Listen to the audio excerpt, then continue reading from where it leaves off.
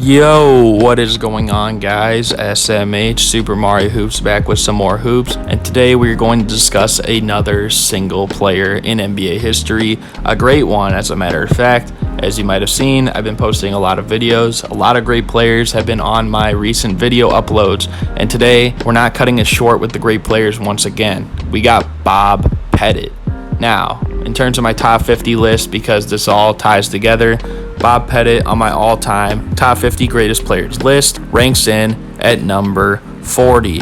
Now, before we get into Bob Pettit, I'm going to need you guys to smash the like button and smash the subscribe button, and also feel free to comment. You know, if you guys, whatever you know about Bob Pettit, maybe you don't know anything about him and this is the first time you're hearing about him and you're learning about him, or if you do your research and you're an NBA nerd like myself that goes back all the way to the beginning of time and likes to look at guys like Bob Pettit, then feel free to comment what you actually thought about him as well. But without further ado, let's get into Bob Pettit. In terms of his career, Pettit was an 11-time NBA All-Star. Actually, he was an All-Star every single season of his career from 1955 until 1965. He also was an 11-time All-NBA team member, which, again, every year of his career. He was first-team All-NBA from 1955 until 1964, and he made second-team All-NBA in 1965. In fact, he was even a two-time scoring champion in 1956 and 1959, and also a one-time rebounding leader in 1956. Now, these two seasons where he was a scoring champion or a rebounding champion were actually the 2 years that he was granted the League MVP award, again in 1956 and 1959. And in terms of his career and his NBA championships, he has one to his name in 1958. Now, as I mentioned, he was an All-Star every single year of his career and also All-NBA member. But what if I told you he is only one of 4 players in NBA history to make the All-Star game for every season of their career? Jerry West made it 14 of 14 seasons. Bob Pettit made it 11 of 11 seasons. You have Paul Arizin, who made it 10 of 10 seasons, and then Yao Ming made it 8 of 8. The only player also in NBA history to make an All-NBA team every season for their career, which is Bob Pettit, all 11 seasons, and no other player has accomplished that feat since. And even if he managed to make first team All-NBA in his final season instead of maybe second team, that would even add to how legendary and pretty much unbreakable of a stat this is. It still will likely never be done again regardless. In fact, the only reason he didn't make first-team All-NBA that season was because he had multiple injuries that kept him out throughout the year, and he actually missed 30 games that season. Pettit is also one of only 8 players in NBA history to average 20 points per game for every season of their career. The others being Michael Jordan, LeBron James, Kevin Durant, and some young players that isn't a given that they will hold up, but regardless, they still are in this class, and that being Joel Embiid, Donovan Mitchell, Luka Doncic, and Zion Williamson. And actually, among retired players, it's pretty much just him and Michael Jordan, so anything could change. I mean, LeBron, he's done it for a long time, but new role, maybe it could lead to something else. Kevin Durant still has a few more years left. We'll have to see what happens with him. And again, the young players, like I mentioned, there's a lot of time left for them, so maybe a season comes about where they're under 20 points per game. His 26.4 points per game in the regular season ranks him 8th in NBA history, and his 25.5 points per game in the playoffs ranks him 16th in NBA history. On both of these lists, he's only behind the likes of guys like Michael Jordan, Elgin Baylor, Jerry West, Kevin Durant, LeBron James, and Allen Iverson. His career regular season PER is a 25.3, which ranks him 7th in NBA history, and his career playoffs PER is 22.6, which still ranks him top 23 in NBA history. Now let's actually dive more into Bob Pettit's playoff career. Now, it should be noted that in totality, in terms of analyzing the stats, Bob Pettit did not elevate his game much in the playoffs. Not to say he was bad, but he just didn't elevate his game. Even though his minutes per game rose in the postseason, his points per game, rebounds per game, assists per game, and a majority of his shooting splits all dropped. Advanced analytics like his true shooting and his win share per 48 also dropped with this transition, and some have stated a rumor that Pettit would have a tendency to shoot a lot more in the postseason, sometimes even to the detriment of his own team. Now, there's no validity or credibility behind that necessarily, but I'm just trying to tell you guys the facts. But again, this isn't really a take that one couldn't buy, as his 21.3 field goal attempts per game is the 5th most in NBA history, and 20.8 field goal attempts per game in the playoffs would mark him as 16th all time. Now, I know that his volume and his ranking were lower in the playoffs, but if a person is performing at a less efficient rate in the playoffs as well, then it's going to seem less reasonable for taking more of those shots. In fact, he actually never shot over 50%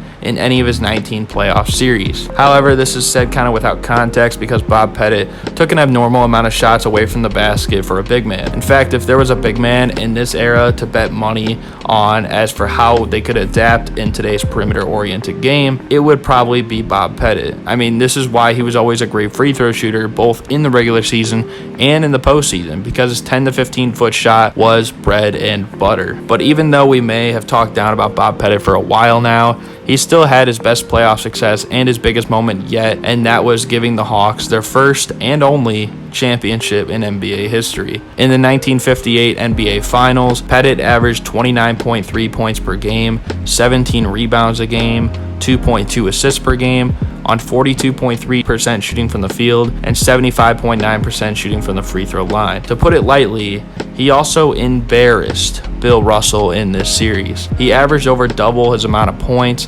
matched him in rebounding, was more efficient from the field and from the stripe by nearly 10% on each split. And in the Game 6 where the Hawks clinched the championship, Bob Pettit dropped 50 points in the closeout game, which is tied for the most in a title-clinching game with Giannis, who just did it this year. Along with that, Pettit had 19 rebounds and shot 19 of 34 from the field, which is 56% from the field as well, on 12 of 15 shooting from the free throw line, good for 80%. And in this era, a 61.58% true shooting game was very impressive, and that's exactly what Bob Pettit did on this night. And that's also a mark that was over 10% higher than both his career average in the playoffs and the regular season. And after the Celtics had won the year prior in 1957 and followed this season with 8 straight titles, they could have had a streak of 10 straight NBA Finals wins. They still had the appearances, but they could have won 10 straight championships from 1957 to 1966, and the only one that they lost, well, you can thank Bob Pettit for that. Now, granted, this Celtics team was relatively new, and most of their core was within the first year or two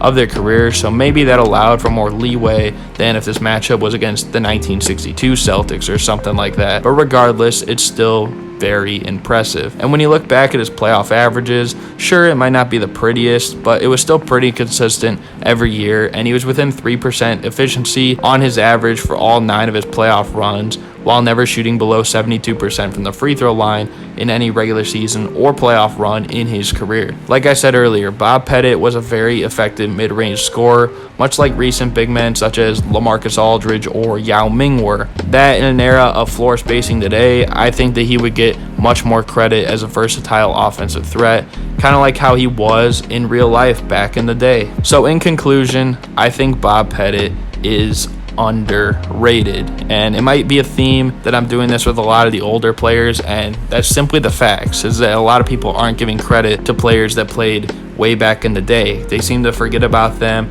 and seem to put newer guys ahead of them, and I can understand it, but at the same time, you kind of can't forget about some of these legends, and Bob Pettit falls into this category once again.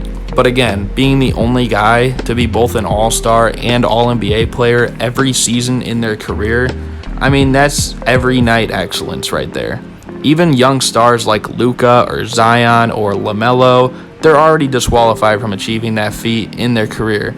And that says a lot about how great Pettit was from start to finish. Sure, you might call him a plumber if, you're an idiot, but his back-to-basket game, his footwork, and his mid-range game are extremely smooth. Along with his strength and glass cleaning, as his 16.2 rebounds a game in the regular season ranks him 3rd in NBA history, and his 14.8 rebounds a game in the playoffs ranks him 4th in NBA history. He's just another victim of how recency bias can also cause people to leave out old greats in the dust, but when you do that, you cannot include Bob Pettit in that dust. So I hope you guys enjoyed this video. If you did, be sure to like, comment, subscribe. I'm sure a lot of you guys obviously weren't around when Bob Pettit was playing, and trust me, I wasn't either, but I have done my research, I have watched my film, I've analyzed the stats, I've analyzed just about every little part of Bob Pettit that you could think of. I mean, that final series, again, is one of the craziest forgotten parts in NBA history. I know we like to give Bill Russell his credit for always making the finals, always winning championships, but again, nobody is perfect, and Bob Pettit kind of showed it right there as to him getting the upper hand on Bill in that series as the better player and the better outcome. So I think I'm going to leave it at that. I hope you guys enjoyed. Thank you guys for watching. I think that's going to do it for me. So yeah, I'm out. Peace.